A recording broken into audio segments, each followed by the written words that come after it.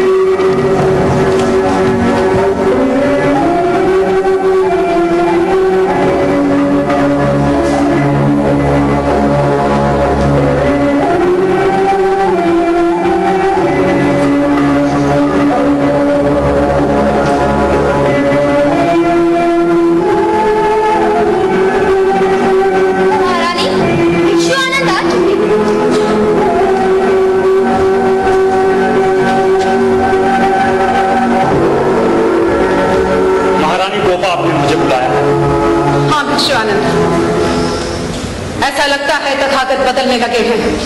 वैशाली के आम्रवन से मैं भी यही देख रहा हूं। अब उन्होंने कुछ और कहना आरंभ कर दिया है।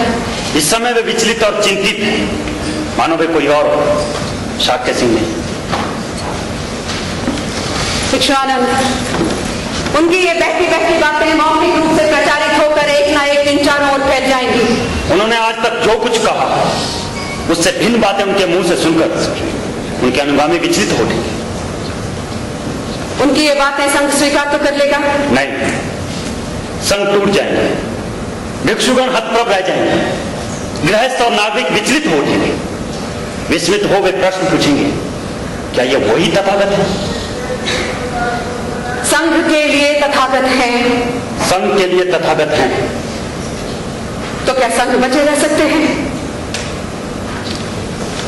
तब तो संघ के लिए उन्हें चुप रहना होगा। संघ के बचे रहने से आपको क्या मिलेगा?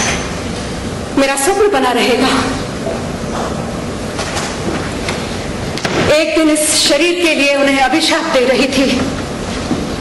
राहुल का जन्म हुआ तो बड़ा हुआ। एक दिन विस्मित हो देखा शरीर में कोई इच्छा ही नहीं बची। कुछ पाने की चाह नहीं, कुछ खोने की चाह नहीं, केवल जी रही हूं तथागत नामक एक अहंकार में। भिक्षुआनंद, उन्हें चुप कराओ। संघ बचा रहे, तथागत नामक पताका स्पर्धित अहंकार से सदा फहराती रहे। गौतम राज प्रसाद छोड़ चुके हैं। कब? कुछ ही क्षण पहले। फिर चले गए? हाँ, वे चले गए। तुमने क्या पाया उनसे? पाया है केवल एक निर्देश, स्वयं आविष्कार करो। तब तो मैं हार गई। सारिपुत्र, यह स्थान छोड़ना होगा आज ही रात। क्या प्रभु की इच्छा? नहीं, कोई दूसरी बेहतर इच्छा। तो फिर चले? हाँ चलो। जाने से पहले इतना पता तो चाहिए, और क्या बचा है उसके बाद आविष्कार करने के लिए?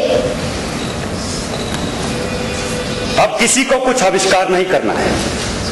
तुम गौतम पुत्र राहुल हो, संघ तुमसे बहुत कुछ आशा करता है। पिताश्री ने मना किया है अनुसरण करने को। वे उपदेश देगा है स्वयं मार्ग पहचानने का।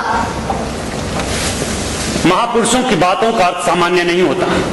उनकी वाणी के लिए भाष्य की आवश्यकता होती है, टीका करनी पड़ती है। और तुम्हारे पिता प्रभु सिद्धार्थ गौतम बुद्ध हैं, इस पृथ्वी पर संघों के संस्थापक। इसलिए तुम्हें दीक्षा लेनी होगी, आधुनिकतम सत्य का उपासक बनना होगा। संभवतः ये पिताश्री की इच्छा नहीं। तुम्हारे पिताश्री ने जो कुछ कहा उसका अर्थ केवल यही है पुत्र। यदि तुमने पिताश्री को प्रणाम नहीं किया हो तो उन्हें प्रणाम करने के लिए संघ को प्रणाम करो, और प्रणाम करो भिक्षु सारिपुत्र को। ये तुम्हें दीक्षित करेंगे।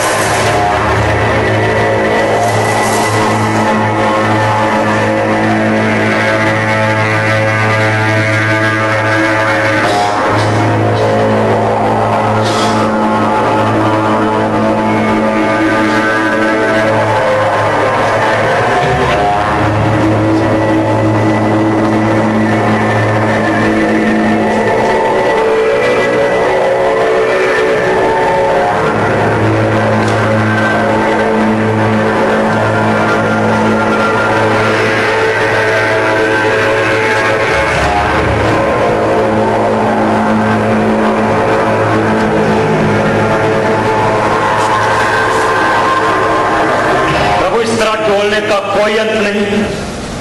वैशाली से वाराणसी, वाराणसी से कपिलवस्तु, कपिलवस्तु से राजगीर और राजगीर से हठात कुशीनगर। जीवन की परिक्रमा का अंत नहीं आनंद। जिस तरह एक दिन हठात चला आया था कपिलवस्तु से, आनंद जीवन के सारे परिवर्तन, अनुभव, उपलब्धियां इसी तरह हठात घटित होती है। जैसे हठात भूकंप आता है, विस्फोट होता है, सारे मानचित्र बदल जाते हैं। लेकिन सत्य नहीं बदलता और ना ही बदलेंगे आपके महान उपदेश। जीवन नदी की तरह है, निरंजना की तरह चिर प्रवाहमान। उसे पार करने होते हैं कई पर्वतों के प्राचीर, कई समतल भूमि के आलिंगन।